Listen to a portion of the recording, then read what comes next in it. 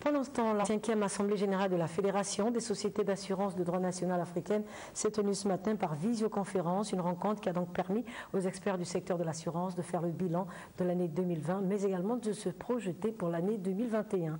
On prépare à ces travaux pour le compte de la rédaction Stéphio Yann Mézu et Hervé Ndigué. Le tour de table CIMA FANAF et autres rencontres avec les courtiers. C'est à travers les écrans et non plus à Dakar que les experts de l'assurance se sont finalement rencontrés, contrairement à l'engagement pris lors de la 44e Assemblée générale de Libreville l'an dernier.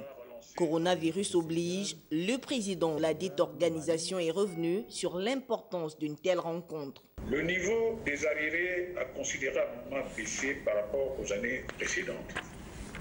Le taux de recouvrement en 2020 est de 96,3% contre 94% en 2019 et 85% en 2010.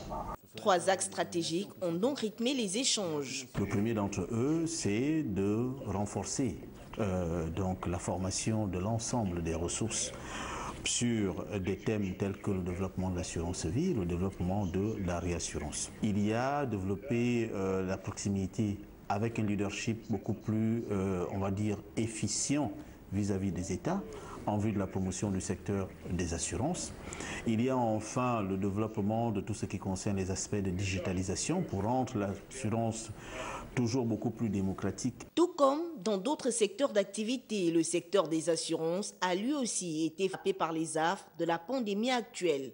La FANAF va enregistrer une baisse considérable de son budget de fonctionnement. Il y a une baisse de l'ordre de sensiblement plus de 400 millions entre le budget de l'exercice 2020 qui était en recettes et dépenses estimé à 1 milliard. En 2021, le budget en recettes et dépenses est à 658 millions de francs CFA. Créée en 1976 à Yamoussoukro en Côte d'Ivoire, la Fédération des sociétés d'assurance de droit national africaine a pour mission première le développement du secteur des assurances.